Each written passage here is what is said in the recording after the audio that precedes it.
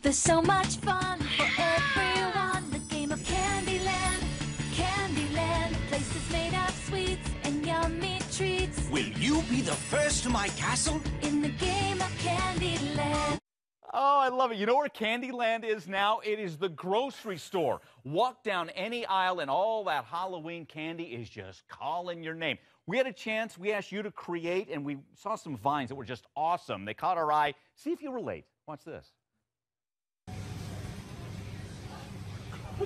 I can't stand this anymore.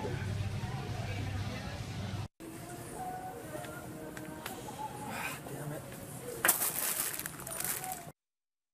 That's it. He finally buckled there. All right, it is time now because we ask you, hashtag, can you crush the cravings?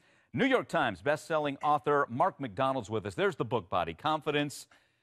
Good to see you. So here it is. I love Candyland, by the way. Oh, isn't that great? That's what the grocery store is I now. know. Between the candy, and we can smell the cinnamon, the pumpkin, and the pumpkin spice here. How do we crush the cravings, my friend? Well, you know, I think the first thing is we have to understand is that we're surrounded by them, and it tastes great. Yeah, it does. So you naturally want them. So there's two types of cravings. The first one is a physiological craving. That's a physical need that's controlled by your blood sugar level. So when you're hungry, Mike, your blood sugar's telling you got to eat. And it's not a lack of willpower when you go into a store with low blood sugar. You want this because that's how your body fuels itself.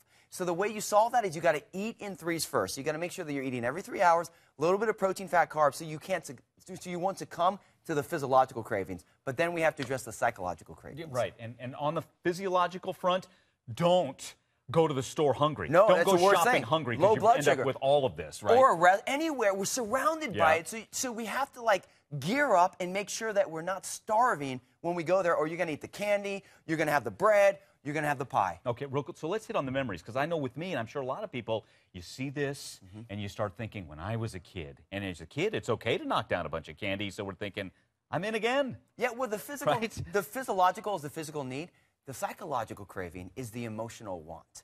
You know, I remember, like, Sunday football, right? Yeah, there's another one. Pizza, beer, Thanksgiving, you want the pumpkin pie. So you want this food. As long as you're physically stable, you won't need it. You're still going to want it. So we have to create some solutions for that. So what about this? When you want some candy right here, instead of doing that, you do some sugar-free gum.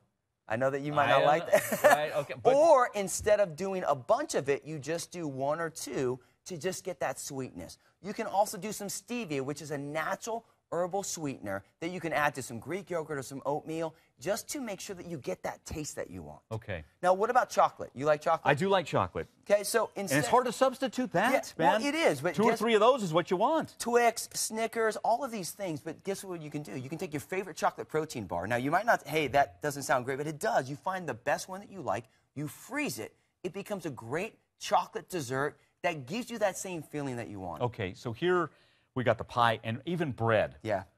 And bread, the tough stuff with that is the gluten, which we don't digest very well sometimes. How do you substitute that? Even just a couple of slices of bread for a sandwich with some turkey. What am I doing? What am I getting there? When you see this bread, we want bread, and there's a feeling to it. So you could simply, instead of getting all the fat and sugar and calories in this, you could do some Ezekiel bread, which is live sprouted bread, and you can have that as that bread craving. Now, some people might be saying at home, wait a second, I'm not going to substitute all of this. So once a week, do whatever you want. Eat your pumpkin pie. Eat your bread, eat your candy, go for it. One off-plan meal. We call it cheating to conquer your cravings. But then the rest of the week, make these healthy substitutions so you still get that release without the extra fat and calories. Are you concerned in the people you work with that when they have one cheat and they have a nice slice of pie, that then the next day then they go, I think I'm going to have a little more? Yeah, they naturally will crave that. And most of it's because their blood sugar is low. Blood sugar controls your hunger. Yep. So when you have low blood sugar, you're always going to want sugar. So stabilize your blood sugar by eating in threes. But then,